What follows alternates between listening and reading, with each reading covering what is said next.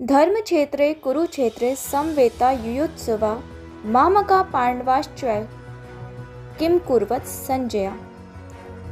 धृतराष्ट्र ने कहा, हे संजय, धर्मभूमि कुरुक्षेत्र में युद्ध की इच्छा से एकत्र हुए मेरे तथा पांडु के पुत्रों ने क्या किया। धर्मक्षेत्रे शब्द सार्थक है क्योंकि कुरुक्षेत्र के युद्ध स्थल में अर्जुन के पक्ष में श्री भगवान स्वयं उपस्थित थे। कौरवों का पिता धृतराष्ट्र अपने पुत्रों की विजय की संभावना के विषय में अत्यधिक संदिग्ध था। अतः इसी संदेह के कारण उसने अपने सचिव से पूछा, उन्होंने क्या किया। वह आश्वस्त था कि उसके पुत्र तथा उसके छोटे भाई पांडु के पुत्र कुरुक्षेत्र की युद्ध भूमि में निर्णयात्मक संग्राम के लिए एकत्र हुए हैं। फिर भी उसकी जिज्ञासा सार्थक है। वो नहीं चाहता था कि भाइयों में कोई समझौता हो, अतः वो युद्ध भूमि में अपने पुत्रों की नियति के विषय में आश्वस्त होना चाह रहा था, क्योंकि इस युद्ध को कुरुक्षेत्र में लड़ा जाना था, जिसका उल्लेख वेदों में स्वर्ग के निवासियों के लिए भी तीर्थ स्थल के रूप में हुआ है। अतः धृतराष्ट्र अत्यंत भयभीत था कि इस पवित्र स्थल का युद्ध के परिणाम पर न जाने कैसा प्रभाव पड़े। उसे भली भांति ज्ञात था कि इसका प्रभाव अर्जुन तथा पांडु के अन्य पुत्रों पर अत्यंत अनुकूल पड़ेगा, क्योंकि स्वभाव से भी वे सभी पुण्यात्मा थे।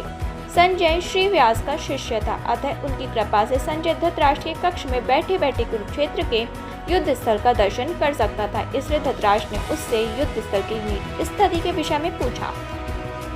पांडव तथा धृतराष्ट्र के पुत्र दोनों ही एक वंश से संबंधित हैं, किंतु यहाँ पर धृतराष्ट्र के वाक्य से उसके मनोभाव प्रकट होते हैं। उसने जानबूझकर अपने पुत्रों को कुरु कहा और पांडवों के पुत्रों को वंश के उत्तराधिकार से विलग कर दिया। इस तरह पांडु के पुत्रों अर्थात अपने भतीजों के साथ धृतराष्ट्र की विशिष्ट मन स्थिति समझी जा सकती है। जिस प्रकार धान के खेत से अवांछित पौधों को उखाड़ दिया जाता है, उसी प्रकार इस कथा के आरंभ से ही ऐसी आशा की जाती है कि जहां धर्म के पिता श्री कृष्ण उपस्थित हो, वहां कुरुक्षेत्र रूपी खेत में दुर्योधन आदि धृतराष्ट्र के पुत्र रूपी अवांछित पौधों को समूल नष्ट करके युधिष्ठिर आदि नितांत धार्मिक पुरुषों की स्थापना की जाएगी। यहाँ धर्मक्षेत्र तथा कुरुक्षेत्र शब्दों की उनकी ऐतिहासिक तथा वैदिक महत्ता के अतिरिक्त यही सार्थकता है। दृष्टा तु पांडवानिकं व्यूढ़ं दुर्योधन स्तदा आचार्यमुपसंज्ञं राजा वचनम ब्रवीतम। संजय ने कहा, हे राजन, पांडु पुत्र द्वारा सेना की व्यूह रचना देखकर राजा दुर्योधन अपने गुरु के पास गया और उसने ये शब्द कहे।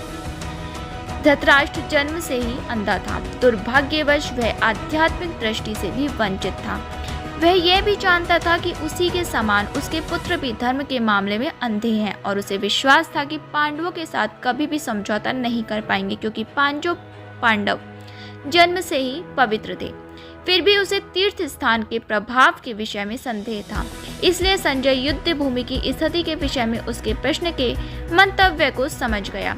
अतः वो निराश राजा को प्रोत्साहित करना चाह रहा था। उसने उसे विश्वास दिलाया कि उसके पुत्र पवित्र स्थान के प्रभाव में आकर किसी प्रकार का समझौता करने नहीं जा रहे हैं। उसने राजा को बताया कि उसका पुत्र दुर्योधन पांडवों की सेना को देखकर तुरंत अपने सेनापति द्रोणाचार्य को वास्तविक स्थिति से अवगत कराने गया। यद्यपि दुर्योधन को राजा कहकर संबोधित किया गया है, तो भी स्थिति की गंभीरता के कारण उसे सेनापति के पास जाना ही पड़ा। दुर्योधन राजनीतिज्ञ बनने के लिए सर्वथा उपयुक्त था, किंतु जब उसने पांडवों की व्यूह रचना देखी तो उसका यह कूटनीतिक व्यवहार उसके भय को छिपा न पाया। पश्यताम पांडुपुत्राणामाचार्य महतिम चमुम व्यूढ़ाम द्रुपद पुत्रेण तव शिष्येण धीमता। हे आचार्य, पांडु पुत्रों की विशाल सेना को देखें, जिसे आपके बुद्धिमान शिष्य द्रुपद के पुत्र ने इतने कौशल से व्यवस्थित किया है। परम राजनीतिज्ञ दुर्योधन महान ब्राह्मण सेनापति द्रोणाचार्य के दोषों को इंगित करना चाहता था। अर्जुन की पत्नी द्रौपदी के पिता राजा द्रुपद के साथ द्रोणाचार्य का कुछ राजनीतिक झगड़ा था। इस झगड़े के फलस्वरूप द्रुपद ने एक महान यज्ञ संपन्न किया, जिससे उसे एक ऐसा पुत्र प्राप्त होने का वरदान मिला जो द्रोणाचार्य का वध कर सके।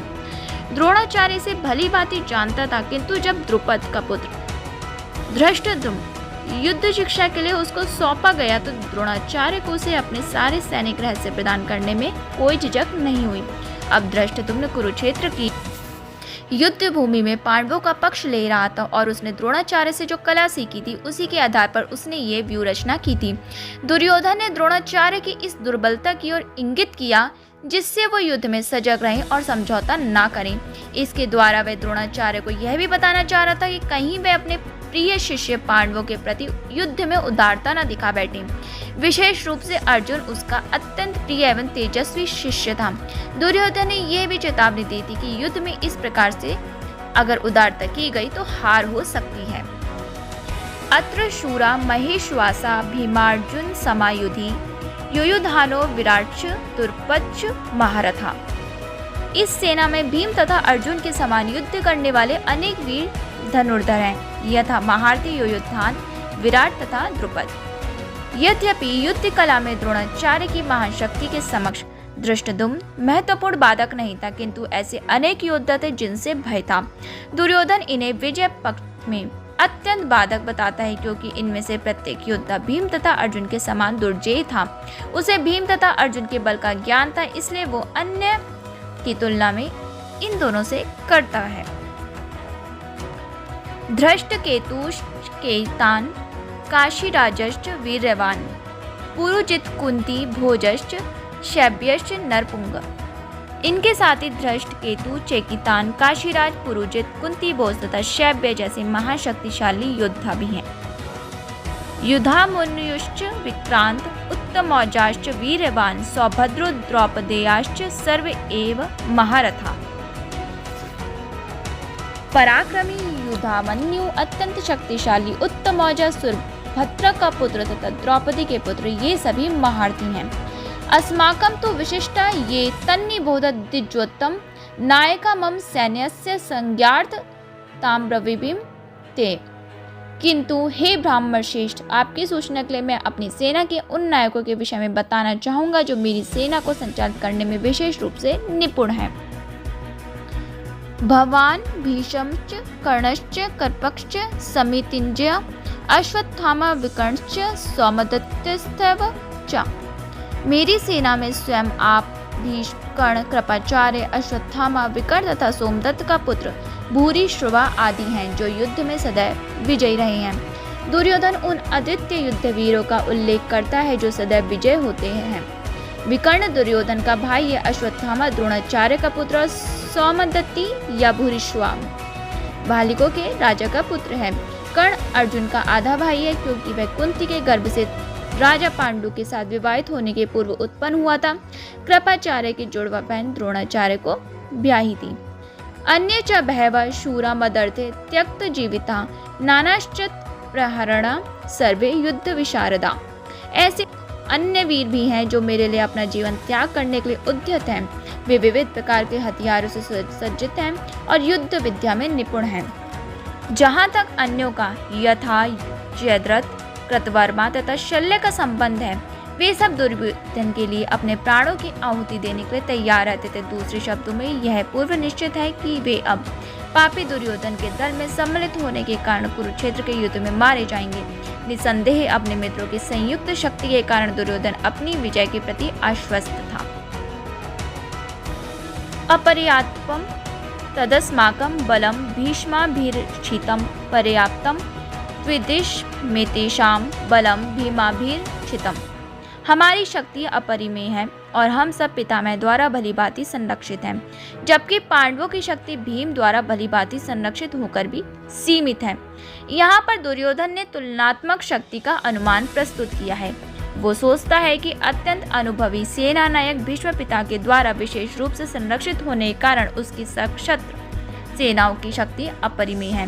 दूसरी ओर पांडवों की सेनाएं सीमित है क्योंकि उनकी सुरक्षा एक कम अनुभवी नायक भीम द्वारा की जा रही है जो भीष्म की तुलना में नगण्य है।